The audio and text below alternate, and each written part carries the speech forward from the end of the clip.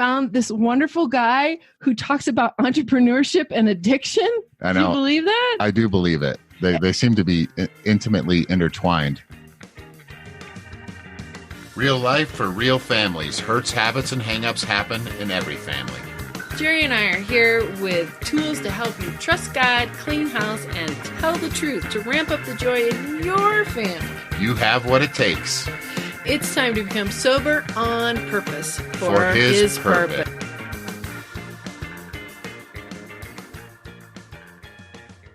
And what did you do when you started your new business? I didn't start partying again. No, but you were up all night. You were researching. You were continually doing all those kinds of things. And so I had the great pleasure of speaking with Michael Dash, who's a philanthropist, entrepreneur, mentor, and someone who has written this newest book called Chasing the High, which compares entrepreneurship and addiction. Did you just curse? I thought I heard it. It was kind of close. I'm going to have to give up my clean rating for that. Yeah. So I'm going to throw it over to Michael and let him share a little bit more about his new book and how he is planning the next steps in his life. Well, thank you for that great introduction, and I will make sure that we keep our rating intact.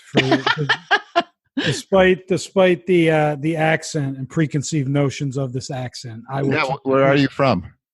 I'm originally from Bergen County, New Jersey. Oh, really? What exit?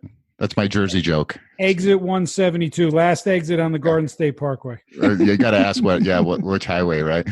Sure. So the book I wrote is Chasing the High. I've been, and it's really about my journey through entrepreneurship and addiction and lawsuits and, all the poor decisions I made along the way.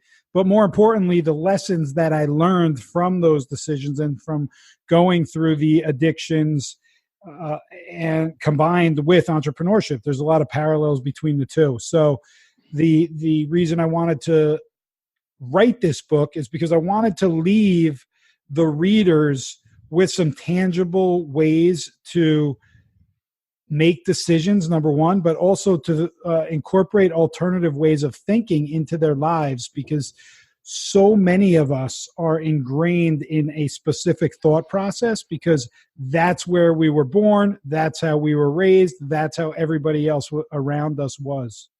So we're closed-minded a lot of the times to alternative ways of thinking and alternative ways of doing things. And that was me for the majority of my life. I was caught up in addiction. I started with a gambling addiction when I was 11 years old, believe it or not. My uncle introduced it to me at Thanksgiving, and I was hooked. I had a 20-year gambling addiction that involved 8-year cocaine addiction that then, when I gave those up, discovered Adderall and had a 7-year Adderall addiction, specifically when I was building my business, and that was probably the worst of all of them.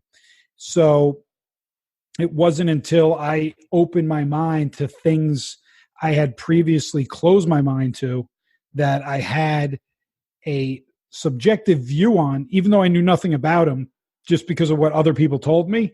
And it wasn't until I started exploring those things that I was able to shift my mindset and shift my life. And what things specifically were you exploring? So things like we talked about, I'm from New Jersey. I worked in New York City for 10 years. And it was just, head down, bust your butt all the time.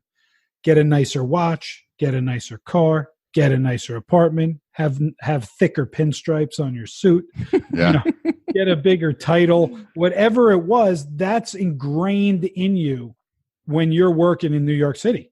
And if you want to survive there, that's what you have to do. And so things like energy, astrology, flow, meditation, all of those things were completely foreign to me. And not only were they foreign to me, I thought they're a bunch of weirdos, the people who did that stuff. Right. Mm-hmm. So I didn't want to be around them or anything of the sorts. Little did I know that once I started exploring it, pieces of all of those things resonated with me. And another piece that I was reading in your book is you were very successful. Even though you were using and gambling, you didn't have problems paying your bills. You were at the other end of the spectrum from what a lot of people experience when they start gambling and using cocaine and all the things that you use to kind of lift your life up. How did you manage all that? So one fed the other. First of all, my dad was an entrepreneur, so I was very, fortunate to grow up in a middle-class family, and my father instilled work ethic in me from an early age. He had me working in his warehouses when I was 10 years old. Like, his whole mentality was, you work harder than the next person. You're the first one in, you're the last one out. And that's just what I knew.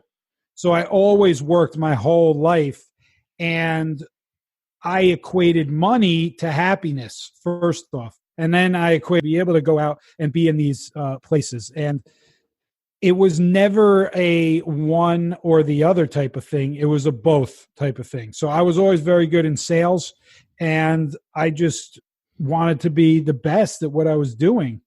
And I managed to do that so I could fund my addictions, so I could fund my gambling, so I could fund my cocaine use, so I could fund my Adderall. Well, not really fund my Adderall, but, fund just a lot of different aspects of life. I mean, in college, I became a bookie and a drug dealer in college after never touching a drug in high school. In college, it was a different story. I like to say I started entrepreneurship at an early age, but I just never thought it would be as a drug dealer and a bookie. Well, and I was reading, Jerry and I were driving, and I was reading the opening, and I really encourage everybody to pick up the introduction. This is not a dry book. This is a very exciting book, and it's well told, and it just absorbs you into the story. I started reading it late last night and didn't get to bed till late because of it. And the stories that you're telling, I'm looking at it going, you were 11 and then you were 16 with a checkbook, and then in college you're pulling down these huge figures. It was just, and doing all this at the same time. I can see why you called the book Chasing the High. Can you compare the high you're getting from the gambling and the addiction to the entrepreneurial high? How do you see that? Yeah, are there any similarities or differences, or can you kind of just dig into that a little bit, like the differences and similarities to the high of the way you live life now compared to the way it used to be in life in the fast lane? Well, I want the answer to the question about, because he was still seeking the high with entrepreneurship of the money and all those things. How was that feeding you? Yeah, so I'll answer both questions. I'll start with the first one. In sales, a lot of people can resonate with this, and in entrepreneurship, closing a deal is a high. I mean, it is a rush that you get, and you want to duplicate it. And those other addictions fed that same kind of high for me. So when I would gamble, I would get that high of making the bet. It wasn't actually tied to winning or losing. It was tied to making the bet. That's where I felt that dopamine rush. Yeah, we read that this morning together, and that was really intriguing because I have often felt that same way. I've been in sales for a long time as well, but I was never able to articulate it. I thought you did a beautiful job on that. Thank you. I appreciate it. And so it's about I wanted to duplicate that effort, and it was the same thing with cocaine. Even though I ended up I hated cocaine. Actually, I hated it, but I was addicted to it. I didn't really hate gambling. I loved gambling, but I had a hate relationship with cocaine. I hated it. And then Adderall is a whole different story because Adderall is prescribed all over the place, first of all. And I had a prescription. I have, ADD. Makes it a lot cheaper that way. Well, yeah. But I went into the doctor and manipulated this whole story and knew I was going to walk out with a prescription because I can sell ice to an Eskimo. So I'm like, I can sell the doctor. It's not a problem. So that's what I did. That's what a lot of people do. And I became hooked on it. And it really fueled me at work. I mean, in my mind, I was taking it so I could maximize my output and escape some of the distractions around me. But in reality, what it did is it turned me into a different person. I was very sharp with people. Right. I was in a state of kind of questioning and correcting people versus teaching and mentoring people. And when you're a leader of a company, you need to be teaching and mentoring your employees if you want maximum output. Yelling at them and telling them what they did wrong and why they did it wrong again is not going to get you far. And it took me a long time to learn that lesson, but I eventually learned it. And in the book, you talk about some mentors or some bosses who used that method, and you weren't real thrilled with it. It's interesting that you employed it later. Yeah. Yeah. And to be frank, my father was one of them. I watched my father yell at his employees. Like, he yelled at them in front of people, dressed them down. And I always thought, wow, why did he do that? But that was the only thing I knew. So, it kind of was like bred into me. I think in my subconscious, it was always there. And then I started acting that way without even thinking about it until I made some changes in my life. And, one of the things I used to feel all the time is a term I like to phrase as reactionary guilt. And I would always have this reactionary guilt. So I would respond to somebody in a manner that was rather terse and rather harsh, and only to feel really guilty about it, literally right when I did it. And then for the next hour to 2 hours, I would be thinking, all right, I have to go apologize to this person. I have to make it right. And it would just consume me for like 2 hours, and I would drive myself crazy. And then I would go and apologize to him and explain, I meant to say it this way and blah, blah, blah. It doesn't matter. The damage was already done. But I would just drive myself crazy. And the Adderall really fueled this in my system. It fueled it. Yeah. The other thing you talk about is having friends, having money, having this high lifestyle, and still feeling really lonely and empty. Yeah, I made good money, there's no way around it. I worked very hard. I worked 12-hour days. I know a lot of people work very hard, but I was able to generate money. I made a lot of money, but I had a lot of money and it did nothing for me. I had the suits, I had the car, I had the houses. I had 4 houses at one time. Now I got rid of all of them. I don't have any. And part of that, having all that money, as I grew up as a child, as I watched the media, as I, kind of like believed everything I heard that money equals happiness or what you see out there. I convinced myself of that. Like, if I make enough money, then I'll get the girls, then I'll get the cars, then I'll have the nice life, and everybody will want to be around me. And I'll have great friends and all this other stuff. But it was actually the exact opposite. I was miserable. And because I was working so much, my head was down. I wasn't taking care of myself. Even though I was working out, mentally, I wasn't taking care of myself. Yeah. And it all starts mentally. You can't be good physically if you're not good mentally, and vice versa.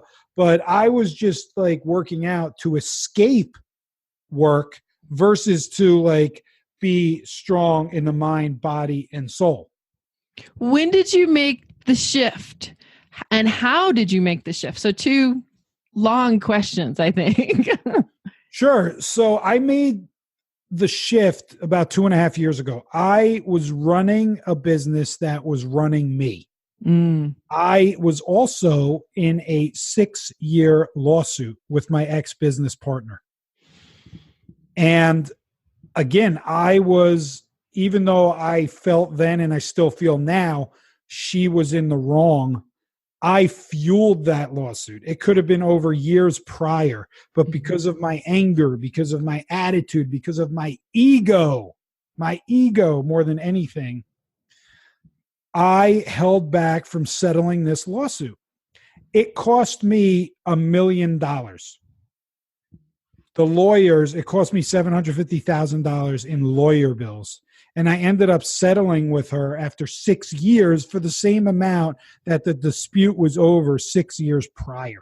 And would you say that you were being counseled to settle, or were the attorneys happy to keep this thing going? They kept it going 6 yeyears.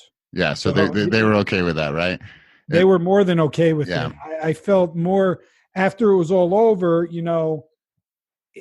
I let it go. I don't have any negative feelings about it. Yep, that's clear.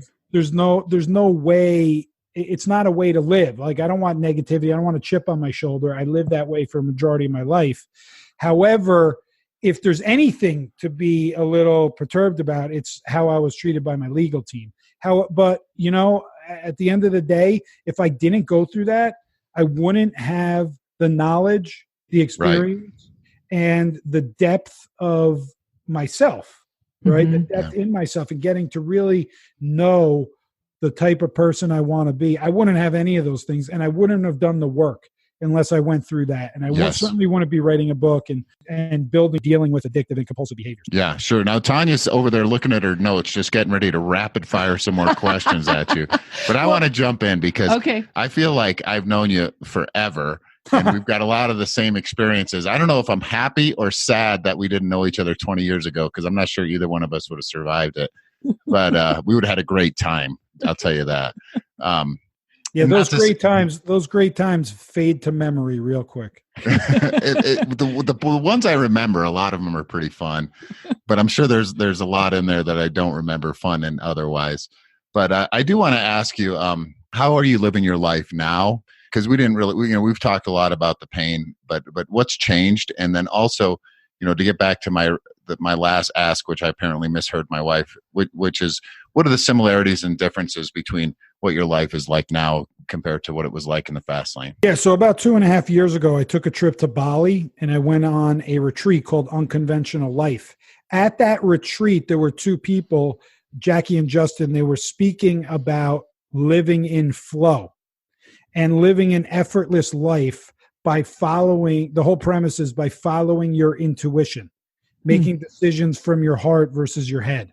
Mm-hmm. And if it's not, and I'll keep this, well, hopefully this is clean enough for you, but if it's not a hell yes, then you're good. Then it's an F no. Right. Right. So, and that is the whole premise of their course. And that is how they preach you should live your life.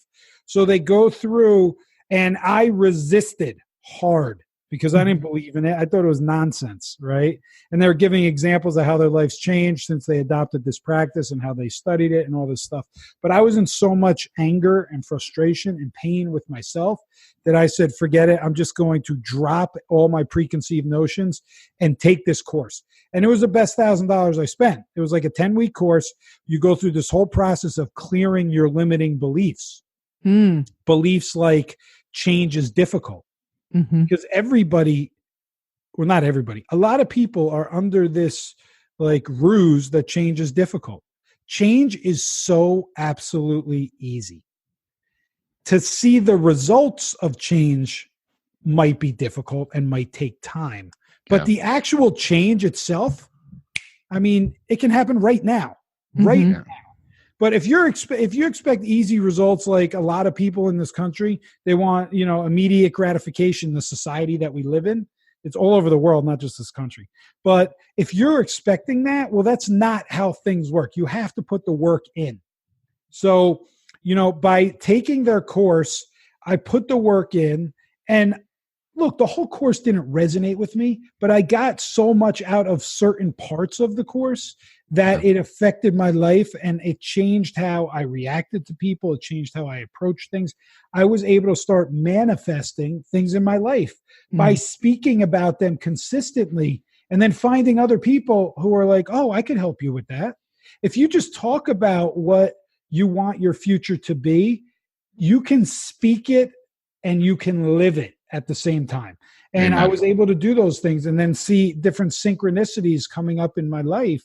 And, before that, words like manifestation, synchronicity, flow, I mean, those words weren't in my vocabulary. I never said those words. That doesn't come off the East Coast, right?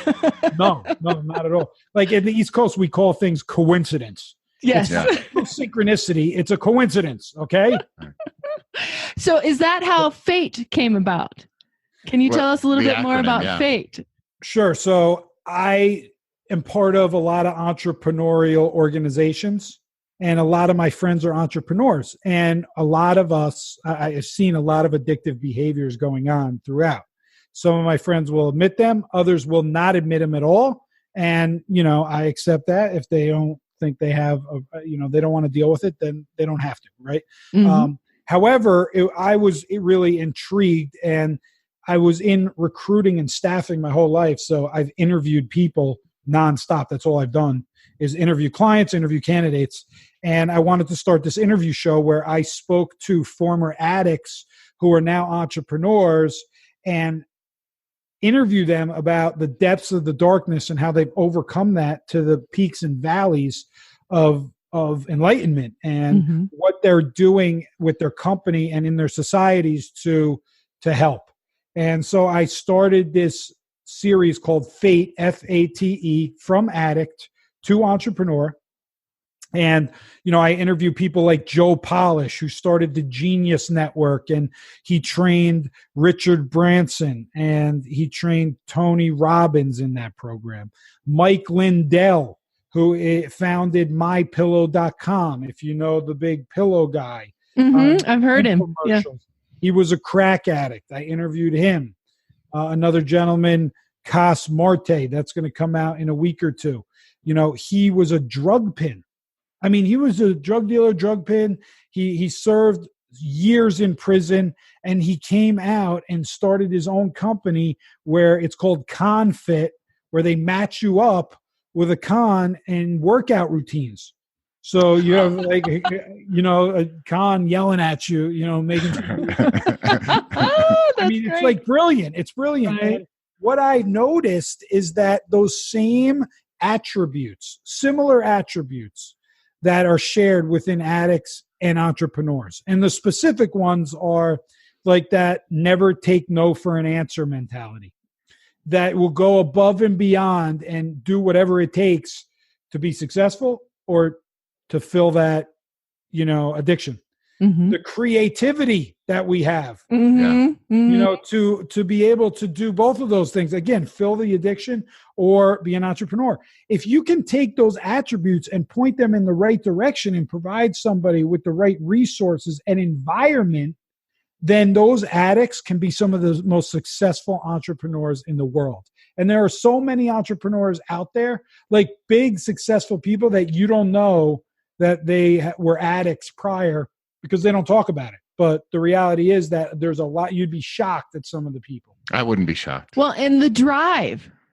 I mean, think about it, the drive it takes to, be the love addict or get the cocaine or get the money to go gambling. That drive is so intense. And it seems to be very similar to the drive that an entrepreneur has when they have passion about something. Yeah. And, I was in a real traditional recovery program. And I remember hearing over and over again this idea that if we had used the same amount of effort to become sober and well, and not just clean, not just off the chemical, but be well and work on our sobriety, that we used to get drugs and to avoid prosecution and if we use that same amount of energy, we would have this thing down, no sweat, But I think that's so true. I remember also in early recovery meeting with a girl who said that one of her counselors told her that these addicts, you're going to meet some of the most generous, ambitious, creative, hardworking people you'll ever meet in your entire life when they're sober. You put them in the heat of their addiction, and they're just as intense to the negative. Yeah, it's true. And I've actually raised a lot of money myself, specifically for Leukemia Lymphoma Society. I ran 4 marathons with them, and I climbed Mount Kilimanjaro in 2016, which was one of the most amazing experiences of my life, and was nominated for their Man Woman of the Year in Utah. And I was able to raise $75,000 for them in a 10-week period. And overall, I've raised over $100K for them. So, you're 100% right with that analogy. We're kind of back to the addiction. How do you keep the entrepreneurship from just becoming one more addiction? How are you managing your flow or balance or however you want to talk about it so that this doesn't just become one more drive? Sure, that's a great question. It's about I don't believe personally in balance, because balance to you means something different than balance to me, than balance to your husband. And, it's just such a loose term that's the word to use these days. I believe in fulfillment. And I believe that we all have buckets in our life. there's obviously the working bucket, right? Mm-hmm. There's the health bucket. There's the mental bucket. There's, the motocross bucket. there's some, there's the sports, there's a sports bucket for a lot of people. There's the philanthropy volunteer bucket. Yes. There's all these buckets. So like being able to meditating, and I don't meditate every day. I'm going to get to that point eventually, but I also am not going to be hard on myself saying you have to meditate every day, because that doesn't help. When you beat yourself up, then you deter yourself and then you give up. So like I meditate 2 or 3 times a week. I go to what you call sound baths. I'm not sure if you've ever. No, never heard of it. Is this the ice bath? Is this the picture of I saw you in the ice bath? This is not the ice bath. Although ice baths and ice plunges are very good for you, I rarely do them. That was a one-time thing. I do want to start doing them again. But a sound bath is basically if you lay down, okay, and it's kind of a meditation. It's a guided meditation that there's a leader instructing the room, and they have all these bowls that make different sounds. When you take, I forgot what they call the device, but it almost looks like a drumstick, right? Mm-hmm.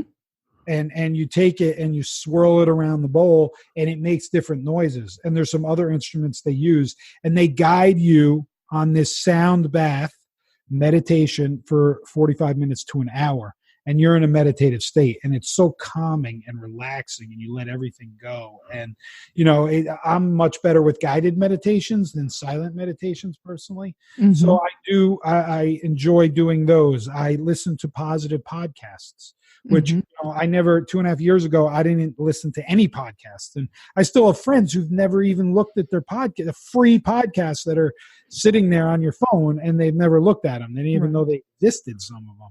So I listen to podcasts. From time to time, I'll do affirmations. Mm-hmm. And these are all things that I thought were stupid. I mean, basically, I thought they were ridiculous before, but they actually, our minds are they're the most powerful thing we have. They're more powerful than our bodies. Our minds are the most powerful thing we have. Mm-hmm. We can convince ourselves of anything we want to. So if we're going to continue to listen to the news, for instance, then we're going to have negativity in our head all day. But if we start the news is the worst thing. Turn it off. If we start surrounding ourselves with positive affirmations, if we do a little bit of that, if we listen to positive podcasts or stories about people who've overcome challenging things, we're going to be inspired. If we're relaxing and quieting our minds instead of having noise around them all the time, then we're going to be in a much more a better place from a mindfulness standpoint, and we're going to enjoy what we're doing more and kind of be able to live in that flow state on a much more consistent basis. That's what I found, at least. And you just shot us like 10 different things that are simple to step into.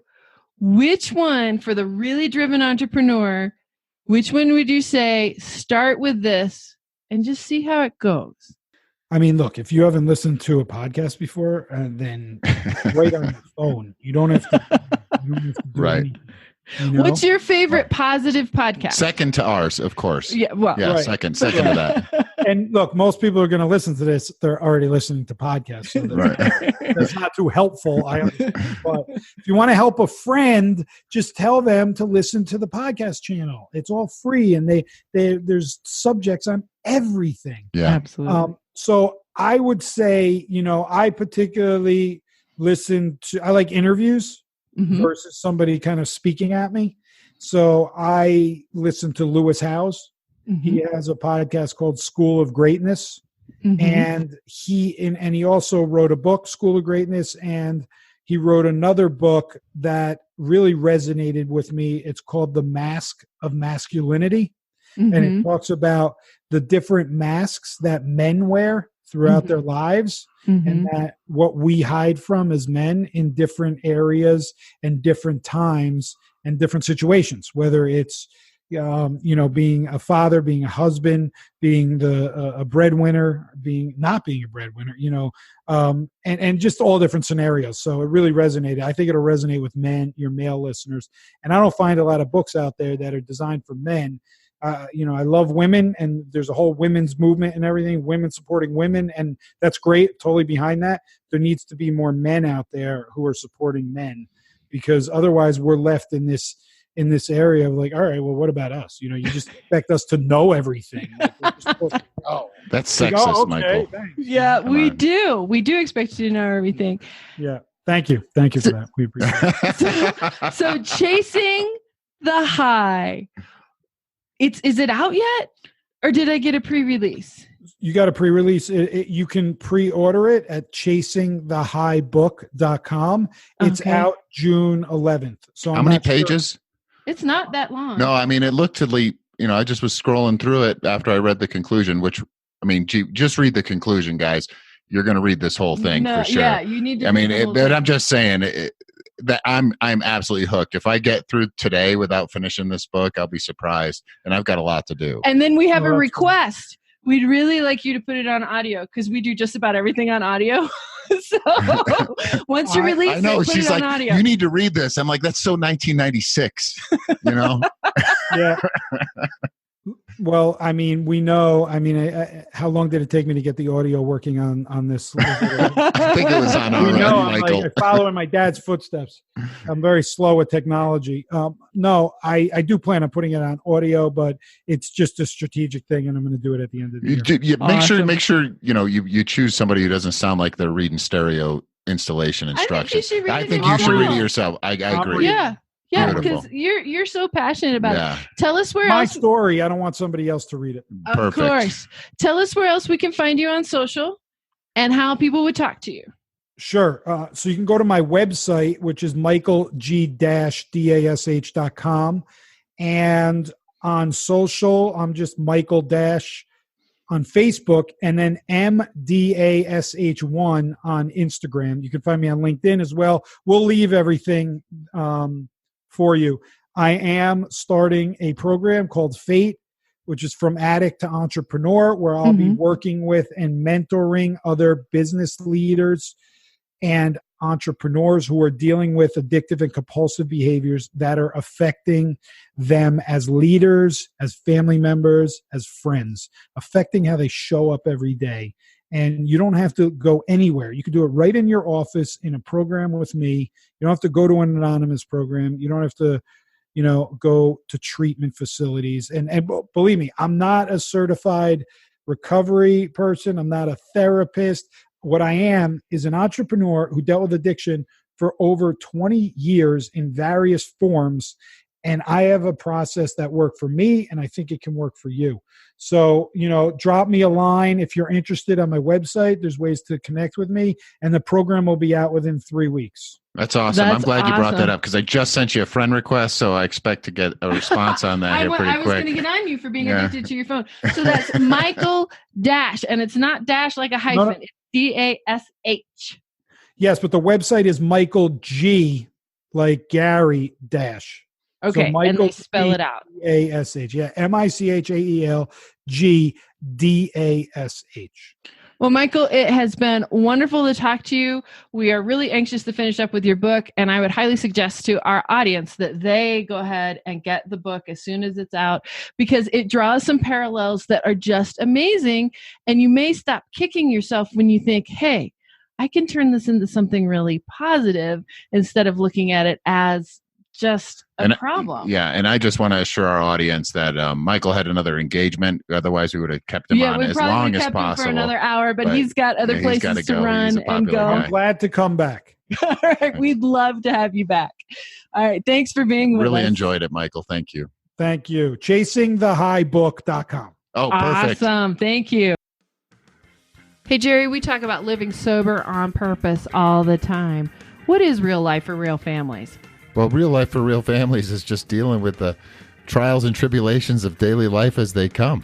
But we're also looking for growth, reaching our goals. We've had different things come in our lives that we want to achieve. How have we made that happen? work with people who are talented, who we admire, who we want some of their attributes to be imprinted on us. And that came to us through several sessions of coaching with some international coaches and also some local coaches, which has really changed my life. How has it moved you forward? Oh, it's definitely given me the ability to have a sounding board and to be able to talk through things that allowed me to figure out where I was and what I wanted, having somebody to help direct me. And that's where coaching comes into play. I'm Tanya Joya, and I am a recovery coach, someone that helps you get unstuck, figure out what's next, and deal with fear and anxiety after someone in your family gets sober or during the sobriety process. Because people often feel like the other shoe is going to drop. And that really is a hard, stuck place. You don't feel like you can move forward with your dreams, with your goals, because you're constantly watching and waiting for something to happen. How about making a change in your life and looking forward? And to learn more about me, hop onto thejoyousfamily.com, The Joyous Family Facebook group, or The Joyous Family Instagram. And I'd love to do a discovery call with you. Just about 15 minutes of your time to see if coaching is right for you. Thank you so much, and I look forward to hearing from you.